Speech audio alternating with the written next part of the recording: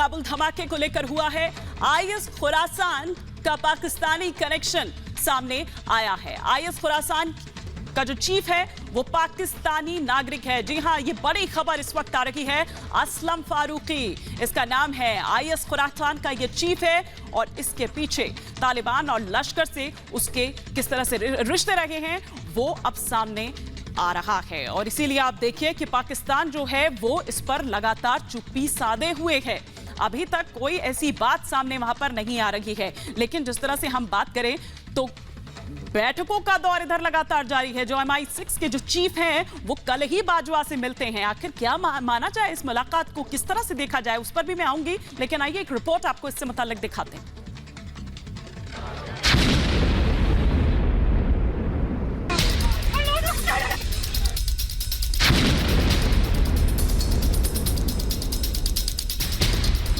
काबुल धमाके का पाकिस्तानी कनेक्शन। काबुल हमले का पाकिस्तानी बरादर। आतंक के साथ इमरान का नया पाकिस्तान। अफगानिस्तान के काबुल एयरपोर्ट पर हुए आतंकी हमले का पाकिस्तान कनेक्शन सामने आने के बाद पूरी दुनिया में इमरान खान फिर से कटघरे में है। जिस ISIS खुरासान ने आतंकी हमले की जिम्मेदारी ली, उसका चीफ पाकिस्तानी नागरिक असलम फारूकी है।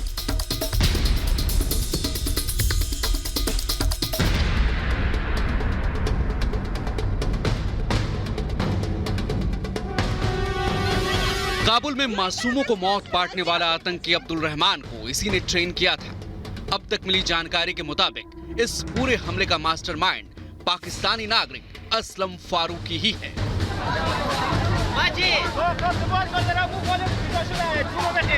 इस खुलासे के साथ ही एक बार फिर से साबित हो गया है कि क्यों दुनिया पाकिस्तान को आतंकियों का जन्नत कहती है। बात अमेरिका में हुए 9/11 हमले की हो या फिर बर्लिन आतंकी हमले की, इससे पहले भी कई आतंकी हमलों का पाकिस्तान से लिंक सामने आ चुका है। साफ है कि जगह कोई भी हो, पाकिस्तान के पाले आतंकी अब पूरी दुनिया के लिए मुसीबत बन चुके हैं।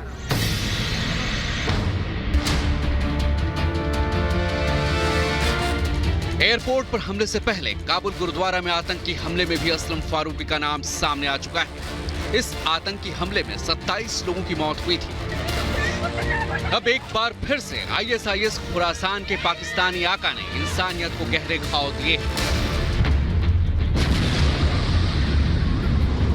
दुनिया भर में खुद को आतंक का सबसे बड़ा पीड़ित बताने वाला पाकिस्तान काबुल हमले पर अब तक खामोश है।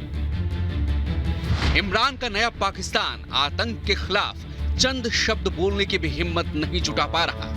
ऐसा इसलिए क्योंकि आतंक का ये जहरीला सांप पालने वाला कोई और नहीं बल्कि पाकिस्तान ही है।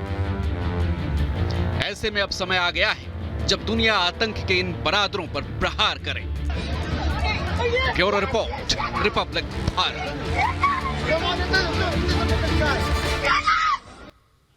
तो साफ तौर पर आपने देखा कि काबुल हमले का जो पाकिस्तानी कनेक्शन है वो सामने आया है। ISIS का चीफ है असलम फारूकी, जिसके बारे में हमने आपको सिलसिलेवार तरीके से बताया। 2019 में ISIS का चीफ बना पाकिस्तानी नागरिक है असलम। रावलपिंडी का रहने वाला है। तालिबान और लश्कर से इसके रिश्ते हैं। काबुल गुरुद्वारे पर भी हमले का ये मास्टरमाइंड है, यानी एयरपोर्ट से ठीक पहले जब ये गुरुद्वारे पर हमला हुआ था इसी ने करवाया था। अफगान सरकार ने इसे गिरफ्तार किया था। तालिबानी कब्जे के बाद ये आजाद हुआ था। तो किस तरह से बार बार हम देखते हैं कि पाकिस्तानी कनेक्शन सामने आता है। इसी पर और विस्तार से हम चर्चा करते हैं, बात करते हैं। हमारे साथ हमारे senior consulting editor strategic affairs major Gaurav Arya इस वक्त जुड़ चुके हैं। मेजर गौरव, एक बार फिर से कनेक्शन पाकिस्तान ही। देखिए, आप कोई भी आतंकवादी घटना ले लीजिए, ये खुरासान का जो एरिया है, जो ईरान, अफगानिस्तान और पार्ट्स ऑफ पाकिस्तान की हम बात करते हैं, जिसको खुरासान का लगभग एक इस खित्ते को खुरासान कहते हैं। मैं रफली बता रहा हूँ, एग्जैक्टली नहीं बता रहा। यहाँ पे आप देखिएगा कि जब भी कुछ होता है या लंदन में या कहीं भी दुनिया में, तो वहाँ पे पाकिस्तानी एंगल, ये जो फारूकी है ये रावलपिंडी का रहने वाला है और जहाँ का रहने वाला है वो ज्यादा दूर नहीं है। जो GHQ है, जनरल हेडक्वार्टर्स पाकिस्तानी आर्मी का रहने वाला। तो ऐसे गुर्गे पाकिस्तानी फौज ने पाल रखे हैं। ये भी पाकिस्तानी है, कंट्रोलेबल एसेट है, पाकिस्तानी पंजाबी है और ये अफगानिस्तान में देखिए बात ये है कि एक फोर्स बना के रखी है जिसको आप इस्लामिक स्टेट कह सकते हैं, इस्लामिक स्टेट खुरासान, ये वहां पे फोर्स है। जब तक जो तालिबानी हैं वो पाकिस्तान की बात मान रहे हैं तब मान रहे हैं, जब उनको लगा कि थोड़ा सा बैलेंस ऑफ पावर दाएं-बाएं हुआ तो उन्होंने फिर इस्लामिक स्टेट को अनलीश करा गया। ये सब पाकिस्तान के ही हथकंडे हैं, आप ऊपर नीचे लगा लीजिए, कहीं ना कहीं आपको ताने बाने पाकिस्तान से ही जुड़े मिलेंगे। ठीक है, लेकिन मेजर गौरव, मैं आपसे ये समझना चाहती हूँ, देखिए इससे पहले इस तरह का हमला होगा, आप और हम इस पर चर्चा कर चुके हैं, इसी शो में हम चर्चा कर चुके हैं, बावजूद इसके इंटेलिजेंस का क्या मतलब रह जाता है फिर? इंटेलिजेंस सिर्फ ये बता सकती है कि हमला होने वाला है, और इंटेलिजेंस ने बताया भी था कि हमला होने वाला है करीब 2-3 दिन पहले ब्लास्ट के, लेकिन वहां पे तालिबान का काम था, तालिबान तो चढ़ दौड़े काबुल के ऊपर, अब नहीं इनसे संभल रहा है। कोई और मुल्क होता तो संभालता, पुलिस वालों को लगाता, किसी तरीके से लोगों को तितर बितर करता या कुछ करता। तालिबान ने कुछ नहीं करा, वहां पे तालिबान ने इकट्ठा होने दिए लोग। शौक है राज करने का, लेकिन राज कैसे करना है ये नहीं पता। सरकार बनाने का शौक है, लेकिन सरकार काम कैसे करती है ये नहीं पता। तो ये तालिबान की सोच है। और दूसरी चीज ये है, फारूकी को जेल से किसने छुड़ाया? अब आप कोई बोल दे कि साहब तालिबान को क्लीन चिट है, तालिबान ने नहीं करा, कैसे नहीं करा? वो जेल में था, उसको छुड़ाया किसने? हमें ये देखना है ना, वो जब जेल में था तब तो ये सब ब्लास्ट नहीं हो रहे थे यहाँ पे, उसको जेल से छुड़ाया, ये सब ब्लास्ट होना शुरू हो गए। अब ये पूछना है कि इसमें तालिबान कितना मुलव्विस है, इतना पाकिस्तान कितना इन्वॉल्व है इसमें।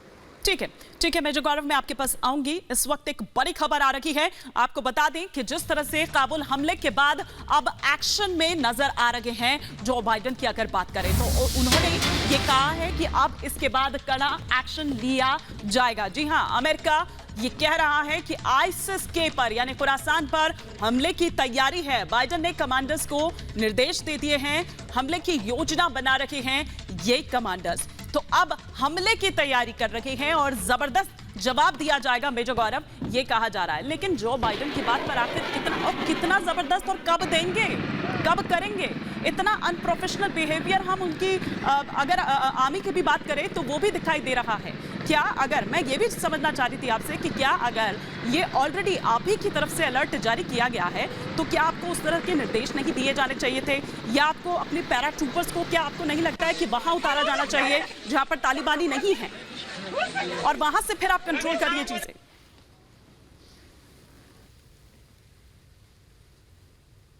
मेजर गौरव, अफगानिस्तान को नहीं छोड़ा इन्होंने बीच में, जो छोड़ के भाग गए लोग। इन्होंने सिर्फ अफगानिस्तान को नहीं छोड़ा, इन्होंने अपने अमेरिकन सिटीजन्स को भी छोड़ दिया वहां पे। तो सिर्फ ये कह देना कि अटैक होने वाला है, अटैक होने वाला है, अरे सबसे पहले आपको ये इंश्योर करना चाहिए था कि वहां पे जो अमेरिकन सिटीजन्स हैं या बाकी सिटीजन्स हैं बाकी मुल्कों के भी, क्योंकि आपकी गारंटी पे लोग वहां पे आए हैं, वो लोग सेफली वहां से चले जाएं। एक बार वो सेफली चले जाते, उसके बाद आपको जो तालिबान को सौंपना था आप सौंप देते। अचानक आपने एक दिन सवेरे अपना हाथ झाड़ा, बोला कि थैंक यू हम जा रहे हैं यहाँ से। अरे आप तालिबान से बातचीत कर सकते थे दोहा में आप लोग बातचीत करते तालिबान से कि ठीक है ऐसा है, हम सबको इवैक्यूएट कर रहे हैं, या फिर आप अफगान गवर्नमेंट को बताते हम सबको इवैक्यूएट कर रहे हैं। सारे एम्बेसीज को टाइम देते आप कि हम आपको 1 महीने का टाइम दे रहे हैं, 1 महीने में जिसको जाना है जाओ, कहानी खत्म, जिसको रहना है रहे, जिसको जाना है जाए। 1 महीने के बाद कट अमेरिकन ट्रूप्स लीव। क्योंकि मैं इसलिए कह रहा हूं अमेरिका की जिम्मेदारी इसलिए है क्योंकि अमेरिका की ही गारंटी पे बाकी सब लोग वहां पे आए थे अफगानिस्तान में। बिल्कुल आप ठीक कह रहे हैं, लेकिन जिस तरह से हम यहाँ पर देख पा रहे हैं, निधि भी मेरे साथ इस वक्त जुड़ चुके हैं। इससे पहले कि मैं मेजर गौरव आर्या का दोबारा से रुख करूं, एक बार जरा हम न्यूज रूम का रुख कर लेते हैं। अफगान डेस्क से क्या इस वक्त जानकारी मिल रही है निधि? बिल्कुल हिमानी, खबर ये मिल रही है कि एक बार फिर से काबुल एयरपोर्ट पर फायरिंग की खबर है और फायरिंग हुई है, उसके बाद हड़कंप मच गया है, सनसनी मच गई। देखिए अभी भी हालात चिंताजनक बने हुए हैं काबुल में और एयरपोर्ट के आसपास के इलाके में। एक बार फिर से सुबह से हम देख रहे थे भीड़ इकट्ठा थी, इस मुल्क से निकलने की कोशिश है। मैं इस वक्त अफगान डेस्क पे हूँ हिमानी, और यहाँ पर अमित चौधरी पल पल की अपडेट हम तक पहुँचा रहे हैं। अमित, एक बार फिर फायरिंग हुई है और यहाँ पर फिर हड़कंप मचा है, लोग इधर उधर भागते हुए नजर आ रहे हैं। बिल्कुल, देखिए मैं आपको बताना चाहता हूँ कि सुबह से जो हालात थे वहां पर वो कंट्रोल में थे, उसके बाद एक बार फायरिंग शुरू होती है और अभी हमें जो ताजा जानकारी मिली है कि फिर से वहां पे फायरिंग शुरू हुई है। और फायरिंग के पीछे मकसद ये है कि वहां पर जिस तरीके से भीड़ वहां पर जुट रही है, कल जैसे कुछ हालात ना हो जाए, क्योंकि देखिए इंटरनेशनल लेवल पे चाहे यूके हो, यूएस हो, उनकी तरफ से ये एडवाइजरी है कि बहुत ज्यादा भीड़ नहीं जुटनी चाहिए, क्योंकि जो आतंकवादी हमले हैं, जिस तरीके से कल आत्मघाती हमले हुए वैसे फिर से हो सकते हैं। तो जो फोर्स वहां पर है वो किसी तरीके से कोशिश कर रही है कि उनको तितर बितर करके पीछे। बड़ी बात कह रहे रहे हैं हिमानी कि जो वहां पर फोर्स है वो कोशिश तो कर रही है तितर बितर करने की, लेकिन अगर काबुल एयरपोर्ट पर इस तरह से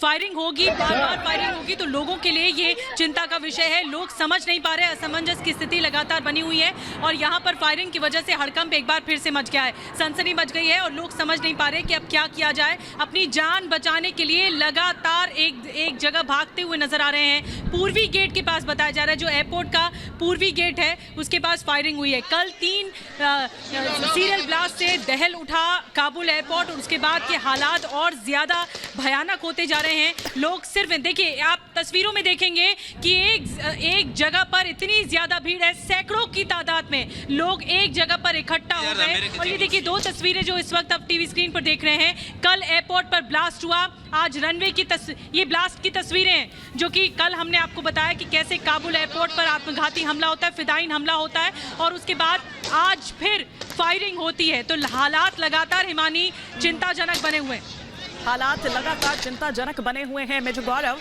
आप सुन रहे होंगे, एक बार फिर से फायरिंग हुई है। कल ब्लास्ट होता है, फायरिंग हुई है, बल्कि और छोड़िए एक और ब्लास्ट हो सकता है, एक बार फिर से निशाना बनाया जा सकता है। ये अलर्ट भी लगातार मिल रहा है और इस बार आप ये देखिए कि रॉकेट लॉन्चर से और वो जो यात्री विमान हैं उनको निशाना बनाया जा सकता है।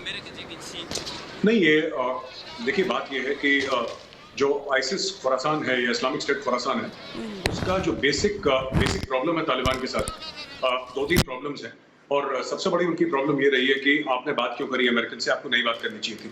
और ये लोग देवबंदी हैं, जो तालिबान हैं, वो लोग सलाफी हैं, तो इनकी आपस में जो फिक हैं और जो इनका जिस तरीके से इस्लाम को देखते हैं और जिस तरीके से ओवरऑल पॉलिटिकल सिनेरियो को देखते हैं, इनके बीच में बहुत लड़ाई है और पहले भी बहुत खून खराबा हुआ है इनके बीच में। अब आपकी जो बात है कि दोबारा ब्लास्ट हो सकता है, क्यों नहीं? इस्लामिक स्टेट बार बार टारगेट करेगा, जहां उसको मौका मिलेगा वहां पे इस्लामिक स्टेट टारगेट करेगा और इस पे इस्लामिक स्टेट चूकेगा नहीं, क्योंकि उसका एम यही है कि तालिबान वहां पे पावर में ना आए। तो वो पूरी कोशिश करेगा कि तालिबान के खिलाफ जो भी हरकत करे, और कहीं ना कहीं पीछे तालिबान के अंदर ऐसे एलिमेंट्स हैं। मैं आपको एक बात बता देता हूं, जो हमारे सारे दर्शक हैं, आप ये मत समझिए कि तालिबान अलग है और इस्लामिक स्टेट अलग है। इसमें से कई लोग हैं जो एक जमाने में तालिबान में थे, अब इस्लामिक स्टेट में हैं, और कुछ ऐसे भी लोग हैं जो पश्तून एलिमेंट्स हैं इस्लामिक स्टेट के, जो अब तालिबान में हैं। तो इसमें काफी इंटरमिंगलिंग भी है पहले से। बिल्कुल, आप ठीक कह रहे हैं। जिनको ये हुआ कि अब तालिबान जो है वो अमेरिका के साथ जाके खड़ा हो गया, या पश्चिमी देशों को लेकर या उसकी सोच थोड़ी सी जो नरम पड़ी उसे लेकर कई गुस्सा गए और वो आईएसआई के में जाकर शामिल हो गए। लेकिन मेजर गौरव, मैं थोड़ा आपसे ये भी समझना चाहूंगी कि जो CIA के चीफ ने काबुल में तालिबान से मुलाकात की है, इसे आप किस तरह से देखते हैं? MI6 के जो इंग्लैंड की जो सीक्रेट एजेंसी है और साथ ही साथ बाजवा के साथ कल ही ये मुलाकात हुई है, इन मुलाकातों के क्या मायने निकाले जाए, इनको कैसे देख रहे हैं आप? देखिए, सभी को कंसर्न है अफगानिस्तान को लेकर। मुझे पता नहीं जनरल बाजवा ने क्या बात करी होगी, क्योंकि उनके तो खुद एसेट्स हैं तालिबान, इस्लामिक स्टेट उन्हीं के एसेट्स हैं काफी हद तक, 100% नहीं बट काफी हद तक वो लोग फंड भी करते आए हैं, कंट्रोल भी करते आए हैं, उनके साथ लड़ते भी आए हैं। तो टेररिस्ट एंटिटी कोई भी है वो कहाँ खत्म होती है और पाकिस्तानी आर्मी कहाँ शुरू होती है, या पाकिस्तानी आर्मी कहाँ खत्म होती है और कहाँ पे लश्कर तैयबा, जैश मोहम्मद, हिजबुल मुजाहिदीन या इस्लामिक स्टेट या फिर तालिबान, ये कहाँ पे शुरू होते हैं, ये आज तक किसी को पता नहीं लग पाया। ये एक दूसरे के अंदर घुले मिले हुए हैं। जहां तक CIA और MI6 के चीफ की बात है, सब लोग इसी से कंसर्न है कि भाई अगर हमारा कोई एम्बेसी का स्टाफ है, हमारा कोई सिटीजन है, वो यहाँ पे रुक गया है, अगर ठहर गया पीछे, तो किस तरीके से तालिबान का कोऑपरेशन लिया जाए, उनको देश से निकाला जाए वहां से। एवरीबडी वेरी कीन कि हमारे सिटीजन्स को वहां से निकाला जाए। भारत भी इसी जद्दोजहद में निकला हुआ था और भारत ने काफी हद तक सक्सेसफुल भी हो गया है और अमेरिका भी यही चाहता है। अमेरिका के मैक्सिमम थे वहां पे, तो अमेरिका भी यही चाह रहा है। अब बोला था कि 31 अगस्त के बाद डेडलाइन आप एक्सटेंड करिए, तालिबान ने मना कर दिया। बिल्कुल मेजर गौरव, मैं माफी के साथ आपको रोकना चाहूंगी, मैं आऊंगी, आप कंटिन्यू करिएगा अपनी बात को। लेकिन इस बीच जो बड़ी खबर आ रही है वो ये कि काबुल एयरपोर्ट पर F-15 तैनात कर दिए गए हैं और साथ ही साथ बात करें तो अमेरिकी अपाचे जो हेलीकॉप्टर्स हैं वो तैनात कर दिए गए हैं। तो तैनात किए गए हैं। दरअसल आपको बता दें कि जो दोबारा से हमला करने की जो बात आ रही है या जिस तरह से अलर्ट जारी किया गया है, ये दरअसल एहतियातन कदम उठाया गया है। F-15 की तैनाती कर दी गई है। अमेरिकी अपाचे हेलीकॉप्टर जो है उसे तैनात कर दिया गया है क्योंकि फिर से हमला कर सकता है आईएसआई के। इसी को देखते हुए ये एहतियाती कदम उठाया गया है। जी मेजर गौरव, अब अपनी बात को कंटिन्यू कर सकते हैं, साथ ही साथ इसे भी उसमें ऐड ऑन कर लीजिएगा। जी, जैसे लोगों को बाहर निकालना है, मुझे लगता है कि जो अपाची है या F-15 एयरक्राफ्ट है जो वहां पे तैनात करे गए हैं, वो सिर्फ एक शो ऑफ स्ट्रेंथ है। ये एक पावर प्रोजेक्शन का गेम चल रहा है वहां पे कि किस तरीके से लोगों को बताया जाए कि अमेरिका अभी भी यहाँ पे स्ट्रेंथ में है और जो भी अमेरिका के दुश्मन है उसको अमेरिका नस्तानाबूद कर सकता है। क्योंकि these are very compelling arguments, चाहे आप F-15 एयरक्राफ्ट ले लें या फिर आप अपाचे हेलीकॉप्टर गनशिप्स ले लें, इससे कोई इसके सामने कोई आना नहीं चाहता है। और यही चीज दिखाना चाह रहे हैं वो लोग, तालिबान को भी दिखाना चाह रहे हैं और इस्लामिक स्टेट को भी दिखाना चाह रहे हैं कि भाई अमेरिका ज्यादा दूर नहीं है, अगर तुमने कुछ भी करा आगे से तो we have the assets to take you out. ठीक है, लेकिन मेजर गौरव, मैं भारत के लिहाज से अगर बात करूं तो आप कैसा खतरा देखते हैं? क्योंकि इसके आतंकी ऑलरेडी भारत में पहले ही पकड़े जा चुके हैं। मैं चाहे यूपी की बात कर लूं, मैं चाहे केरल की बात कर लूं। देखिए, अब हमें सबसे पहले समझना पड़ेगा, हम लोग जब इस्लामिक स्टेट को एक ज्योग्राफिकल एंटिटी समझते हैं, वो इस्लामिक स्टेट वाले अपने आप को ज्योग्राफिकल एंटिटी समझते होंगे, लेकिन हमें गलती नहीं करनी चाहिए। ये एक आइडियोलॉजी है। जो केरला में अगर कोई हमारा लड़का है, लड़की है, जो भी है, या कोई भी हो कहीं पे भी, ये आपने देखा होगा, ये बाहर जाके थोड़ा ना रेडिकलाइज हो, इंटरनेट पे रेडिकलाइज हो रहे हैं लोग। इंटरनेट का इस्तेमाल करा जा रहा है, फेसबुक का, ट्विटर का इस्तेमाल करा जा रहा है, टेलीग्राम का, व्हाट्सएप का और वेबसाइट्स का, दीगर वेबसाइट्स का इस्तेमाल करा जा रहा है इनको रेडिकलाइज करने के लिए। और ये लोग जाके फिर बाहर जाके लड़ रहे हैं, तो ये हमारे लिए खतरा है। सिर्फ केरला की बात नहीं, हैदराबाद की बात भी है इसमें दिल्ली से भी लोग पहले हमें खबर आई है, और भी अलग अलग जगह हैं भारत में जहां से लोग जाते रहते हैं, जो मुस्लिम यूथ को ये लोग भड़कलाते हैं, उनको झूठ बोलते हैं। कुछ लोग वापस भी आए हैं जिन्होंने बड़ी दुख वाली कहानी सुनाई है, दुख वाली कहानियां सुनाई है कि वहां पे कितना जुल्म होता है इनके साथ। तो ये सब हमारे लिए जरूर खतरे की बात तो है। ठीक है, क्योंकि गज़वाए हिंद के तहत वो भारत पर कब्जे का इरादा रखता है। लेकिन इधर एक बड़ी खबर जो आ रही है, आतंकी अब्दुल रहमानी की अगर हम बात करें तो उसकी तस्वीर जो है वो अब दरअसल सामने आ चुकी है। जी हाँ, आपको वो तस्वीर भी हम दिखाएंगे, लेकिन अब्दुल रहमान अल लोगरी ने ये धमाका किया है। सुसाइड बॉम्बर आतंकी अब्दुल रहमान की तस्वीर सामने आ चुकी है। काबुल धमाकों में 100 लोगों की मौत का जिम्मेदार यही अब्दुल रहमान है। काबुल एयरपोर्ट के बाहर 3 धमाके हुए थे, आपको बता दें। इसी पर और विस्तार से हम जानकारी लेते हैं। निधि मेरी सहयोगी इस वक्त मेरे साथ जुड़ चुकी हैं अफगान देश से, कुछ और इंपॉर्टेंट जानकारी भी दे रही हैं। निधि, ओवर टू यू। बिल्कुल हिमानी, आप ठीक कह रही हैं। अब्दुल रहमानी जो कि ISIS का खूंखार मॉड्यूल का हिस्सा है और यही वो सुसाइड बॉम्बर है जिसको 100 लोगों की मौत का जिम्मेदार बताया जा रहा है, अब्दुल रहमानी। और जो कि हम लगातार तस्वीरें दिखा रहे हैं और मैं इस वक्त अफगान डेस्क पे हूँ। एक वीडियो और सामने आया है हिमानी, अब्दुल रहमानी के बारे में अगर बताएं तो इस पर जो ISIS का खुरासन मॉड्यूल है उसको बढ़ावा देने का पूरा जिम्मेदार है ये अब्दुल रहमान, ये आतंकी और ये सुसाइड बॉम्बर। कल जो आत्मघाती हमला हुआ, फिदाइन हमला हुआ, उसके पीछे भी यही जिम्मेदार बताया जा रहा है। जी, और एक और वीडियो जो कि तालिबानियों का कहर जिस तरह से बरप रहा है अफगानिस्तान के लोगों पर, वो कुछ ही देर में सामने आने वाला है। लेकिन फिलहाल 2 तस्वीरें दर्शकों को दिखा रहे हैं। इसी ने कराया ये असलम फारूकी ये जो तस्वीरें सामने आ रही है, ये मास्टरमाइंड कहा जा रहा है।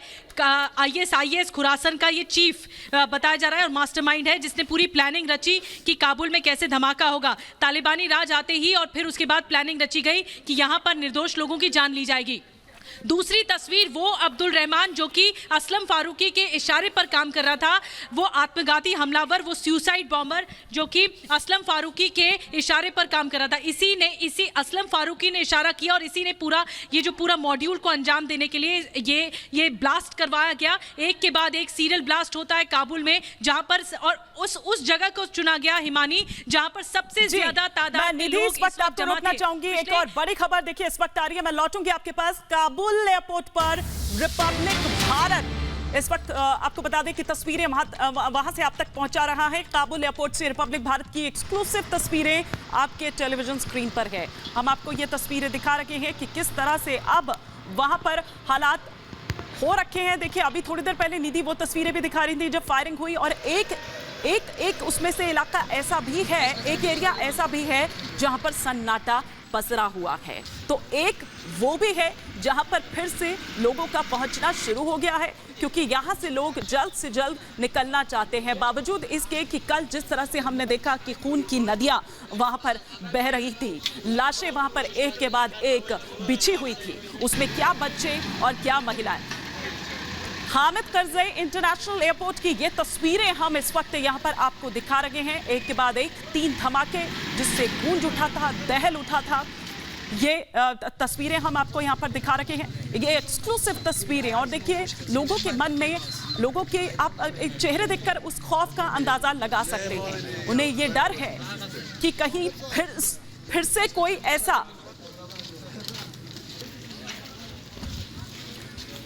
कोई ऐसा धमाका ना हो। ये हमारे सहयोगी ने जो हम तक तस्वीरें पहुंचाई है, ये एक्सक्लूसिव रिपोर्ट रिपब्लिक भारत की जो इस वक्त हम आपको दिखा रहे हैं। और उन लोगों में एक खौफ भी साफ तौर पर देखा जा सकता है कि किस तरह से वहां पर लोगों में एक खौफ साफ तौर पर दिखाई दे रहा है। तो हम आपको दिखा रहे हैं कि कल किस तरह से एक के बाद एक 3 धमाके हुए थे, जिसके बाद दहल उठा था हामिद करज़ई इंटरनेशनल एयरपोर्ट की अगर हम बात करें। और फिर उसके बाद ये लोग यहां से निकलना चाहते हैं जल्द से जल्द, जिसके हाथ में जो आ रहा है। कई लोग अपना सामान यूं ही छोड़ के बस अपने बच्चों का हाथ पकड़कर यहां से निकल जा रहे हैं, इस उम्मीद के साथ कि शायद वो यहां से निकल सके। क्योंकि देखिए जो डेडलाइन थी वो भी अब करीब आ रही है, और वो डेडलाइन तक क्या सब लोगों को निकाला जा सकेगा, ये भी एक यक्ष प्रश्न अपने आप में बना हुआ है मेजर गौरव, कि वो जो डेडलाइन है वो डेडलाइन भी अब करीब आ गई है। कैसे होगा पूरा ये ऑपरेशन? ये बिल्कुल समझ के बाहर है। और जो विश्व की शक्तियां वो यही सोच रही है कि किस तरीके से इवैक्यूएशन होगा, क्योंकि अब हम लोग 27 पे खड़े हैं, 3 दिन बाकी है और कई लोगों का भी, हजारों लोगों का इवैक्यूएशन करना है। अगर आप सिर्फ फॉरेनर्स की बात करें तो मैं उनकी बात नहीं कर रहा जो अफगानी हैं, जो जाना चाहते हैं वहाँ से, अफगानिस्तान के बाशिंदे में उनकी बात नहीं कर रहा। लेकिन बहुत मुश्किल है। अब या तो इनकी पीठ पीछे कोई डील हुई है कि हम आपको धीरे धीरे जाने देंगे, लेकिन सबके सामने डेडलाइन हम 31 की रखेंगे, या कुछ ऐसी बातचीत हुई है जिसके बारे में मुझे नहीं है, मुझे जानकारी नहीं है। लेकिन हाँ, ये बहुत जिसको कहते हैं कि डेंजरस महाज पे हम लोग खड़े हुए हैं इस वक्त, कि सिर्फ आई थिंक 3 दिन बाकी हैं और अभी कुछ भी हो सकता है उसके बीच में, क्योंकि ये 3-4 दिन हैं जो बाकी हैं, जिसमें हमें देखना है कि इस्लामिक स्टेट खुरासान क्या एक्शन लेगा इसमें। जो तालिबान करेगा वो 31 के बाद करेगा, लेकिन ये 4 दिन में हमें देखना है कि इस्लामिक स्टेट और क्या करेगा यहाँ। लेकिन अमेरिका क्या करेगा मेजर गौरव? उसे तो धमकी पहले ही दे चुका है तालिबान। जी अमेरिका, देखिए बात ये नहीं, तालिबान की धमकी की ज्यादा कोई वैल्यू नहीं है। अगर कोई अमेरिका अपनी सी पे आ जाए तो, पर लेकिन फिर उसमें खर्चा बहुत है, फिर उसमें अमेरिकी जानें चली जाएंगी, ये सब चीजें हैं। देखिए पिछली बार जब अमेरिका आया था तो 4 दिन के अंदर तालिबान भाग गए।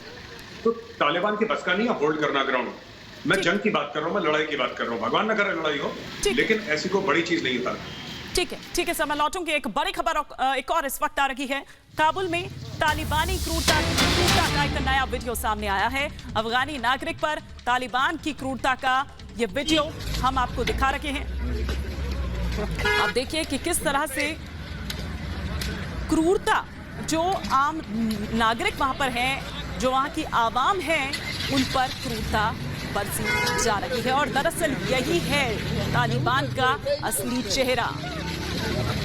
वो कहे कुछ भी, लेकिन वो यही भाषा जानता है। और ये देखिए किस तरह से मारा जा रहा है। कोई चाबुक सा या कोई हंटर सा उस शख्स के हाथ में है यहाँ पर, और ये तालिबानी उसके हाथ में जो आ रहा है चप्पल, जूते। आप देखिए कि किस तरह से उस शख्स को पीटा जा रहा है। ये तालिबानी क्रूरता का नया वीडियो है और इससे बहुत अच्छे से वाकिफ है वहाँ की आवाम, इसीलिए वो यहाँ से जल्द निकलना चाहती है। निधि ये क्रूरता बता रही है और इसीलिए वो जो एयरपोर्ट पर हम देखते हैं कि इतनी हजारों की तादाद में रेला एक जुटा रहता है, हुजूम सा उमड़ा रहता है, वो दरअसल इसीलिए होता है क्योंकि वो वाकिफ है इनकी सच्चाई से और इसीलिए वो यहाँ से निकलना चाहते हैं जल्द से जल्द।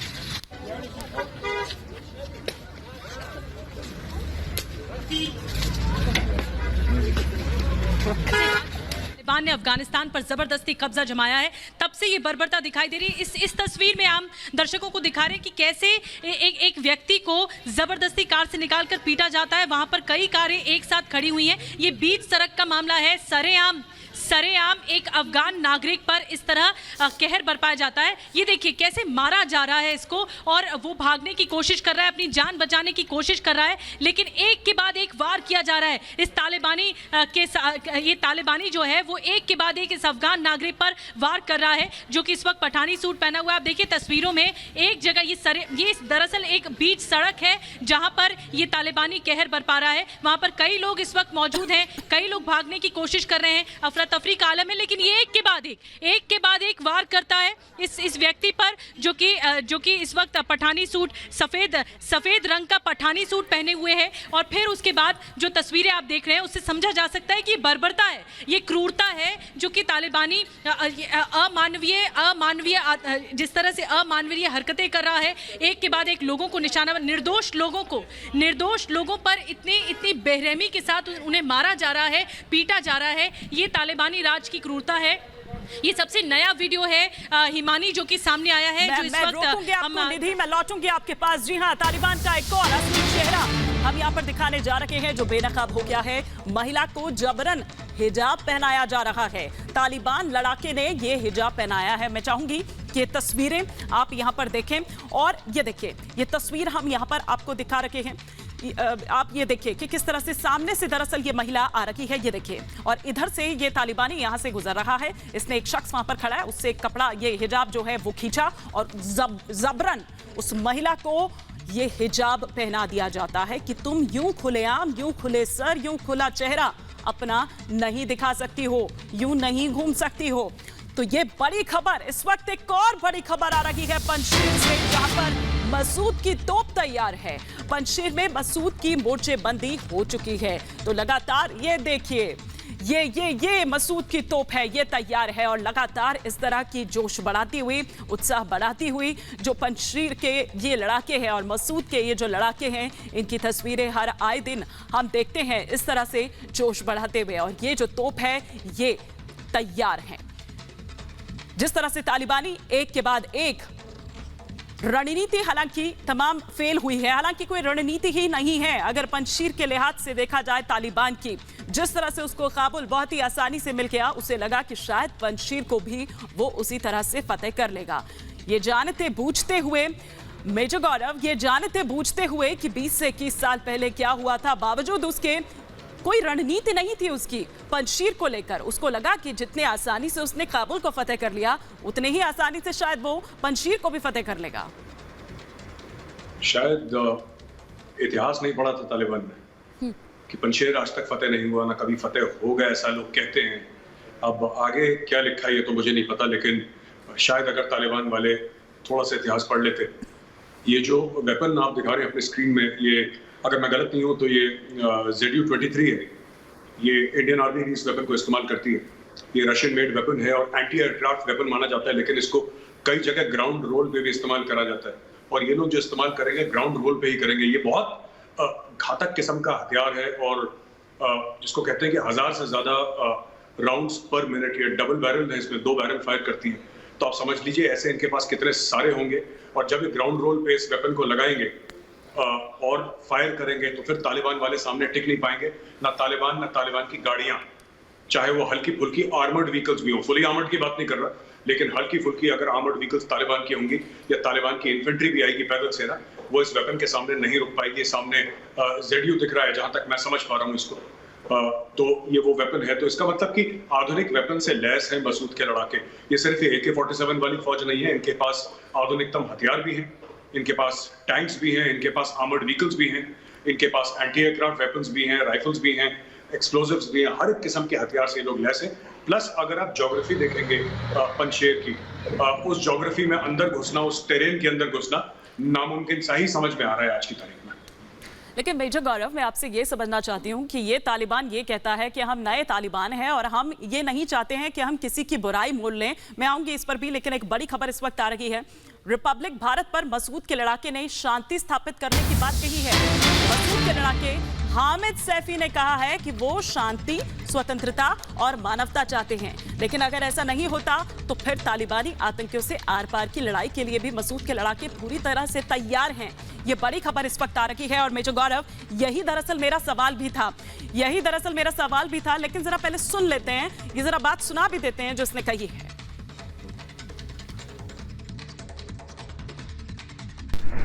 We are in Panjshir resistance front. 2 days ago in Chorakor, capital of Parwan province, our negotiation team and the Taliban negotiation team had a meeting. Our condition in this negotiation is justice, freedom, humanity. If we are waiting for the result of negotiation, if the result of negotiation is positive, good. Otherwise, we have all the military capability, and if the Taliban choose the military path, then we will answer them to the military path. For ammunition and weapons, most of the guys who joined to the resistance, they have their own weapons, and most of them are from Afghan and DSF. What we would need for help, if we're gonna go and fight with the Taliban, it's important that we should have more ammunition and weapons to fight. And weapons, most of the guys who joined. उनकी बात हम यहाँ पर आपको सुना रहे थे, लेकिन मेजर गौरव, दरअसल मेरा सवाल भी इसी से जुड़ा हुआ था कि एक तरफ तो तालिबान ये कहता है कि हमें सबका साथ चाहिए, वो नहीं चाहता है कि वो आइसोलेट हो जाए, वो चाहता है कि उसको मान्यता मिले दुनिया से। लेकिन जब ये पंजशीर की तरफ से ये आवाज़ उठती है, शांति की बात सामने आती है, तो फिर वो क्यों नहीं इस पर बातचीत करता है? क्यों हमेशा गोली या जिहाद की ही भाषा करने पर उतारू है? बात आराम से बैठकर क्यों नहीं कर सकता? देखिए, दो चीज़ें बड़ी इंटरेस्टिंग हैं। ये जो आपने देखा, ये जो मसूद के जो दो स्पोक्स पर्सन थे जिन्होंने अभी मीडिया को एड्रेस करा या फिर अपनी क्लिप आगे दी, दोनों इंग्लिश बोल रहे थे। इसका क्या, देखिए, छोटी छोटी चीज़ों का मतलब होता है। ये दुनिया को एड्रेस कर रहे हैं, ये सिर्फ आम लोगों को एड्रेस नहीं कर रहे हैं, ये दुनिया से बातचीत कर रहे हैं और दुनिया को ये बता रहे हैं कि तुम हमारी मदद करो। हम लोग पढ़े लिखे लोग हैं, हम लोग सेंसिबल लोग हैं, हम लोग अक्लमंद लोग हैं, हम लोग अमन की बात करते हैं, और जो लड़ाई है वो हमारे लिए लास्ट रिजॉर्ट है कि जब तालिबान नई बात मानेगा तब हमें हथियार उठाने पड़ेंगे। तो ये दुनिया की तरफ, ये अपनी इंफॉर्मेशन ये जो है ये दुनिया की तरफ डाल रही है लोग। ये जो मैं बात कर रहा हूँ पंजशीर के जो लोग हैं रेसिस्टेंस के, तो ये हमें समझने की जरूरत है। ये अपने आप को एक alternative to Taliban in the sense कि अगर हम आएंगे तो एक सेक्युलर माहौल होगा, हम आएंगे एक अच्छा माहौल होगा, खुशगवार माहौल होगा पाकिस्तान, आप हमारी मदद करिए, तालिबान को वोट देना। ये साफ सीधी बात है जो मुझे समझ में आया, जो मेरा तर्जिया है, मेरा एनालिसिस है। बाकी रही बात तालिबान क्यों नहीं समझता, तालिबान आज तक कहाँ समझा है? 20 साल तालिबान गुफा में छुपाता है, कहीं और छुपाता है इसलिए क्योंकि अमेरिकन वहां पे हावी थे। तालिबान ये नहीं समझने वाला। आप देखिएगा, मैं आज प्रेडिक्शन आपको दे रहा हूँ 3-4 दिन पहले, 1 सितंबर से आप देखिएगा किस तरीके से तालिबान सामने पेश आता है। जब वहां से ट्रूप्स अमेरिकन चले जाएंगे फिर आप देखिएगा। ये तो अभी सिर्फ लोगों को सड़क में जूते चप्पल और छड़ियों से मार रहे हैं, बैतों से मार रहे हैं। ये लोगों को, they will flog people in public. इनकी शरिया कहते हैं, शरिया मतलब क्या? पब्लिक पनिशमेंट होती है। और जो चोरी करेगा उसके हाथ काटे जाएंगे, वो करेगा। अब देखिएगा सामने 1 हफ्ते के अंदर देखिएगा किस तरीके से तालिबान अपना रंग बदलता है। ये जो अभी चल रही है ना, तालिबान की मार्केटिंग चल रही है सबके सामने कि प्यार की बात करो, अमन की बात करो, सब लोग रहो, कोई दिक्कत नहीं है, आप अपने एम्बेसीज में रहो, अपने हिसाब से और अपने जो उसको कन्वीनियंट लगता है उसके अकॉर्डिंग उसने शरिया में बदलाव किए हुए हैं। बिल्कुल ठीक कह रही है। उसने वो जो शरिया कानून है उसमें बदलाव रखे हैं। इसमें ये जो मानते हैं प्योर शरिया भी नहीं है, ये जो मानते हैं इसमें जो कबायली कानून है फ्रंटियर एरियाज का या अफगानिस्तान का, इसमें वो भी मिक्स्ड है।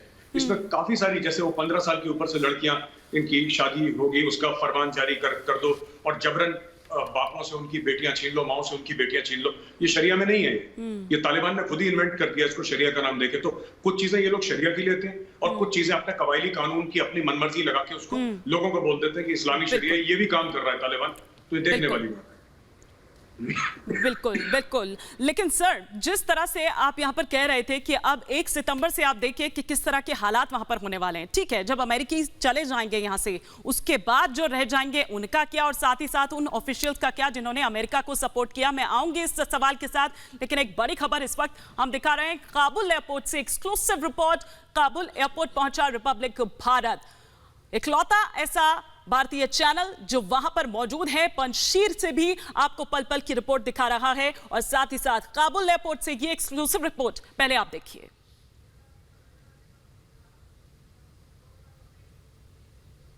ये रास्ता काबुल की नॉर्थन गेट को जाता है, और जब से सुसाइड अटैक हुआ है एयरपोर्ट में, फ़िलहाल ये रास्ता बंद है। इस तरह इसकी हालत है, और लोग अभी भी एयरपोर्ट की तरफ जा रहे हैं अपने आप को रेस्क्यू करने के लिए।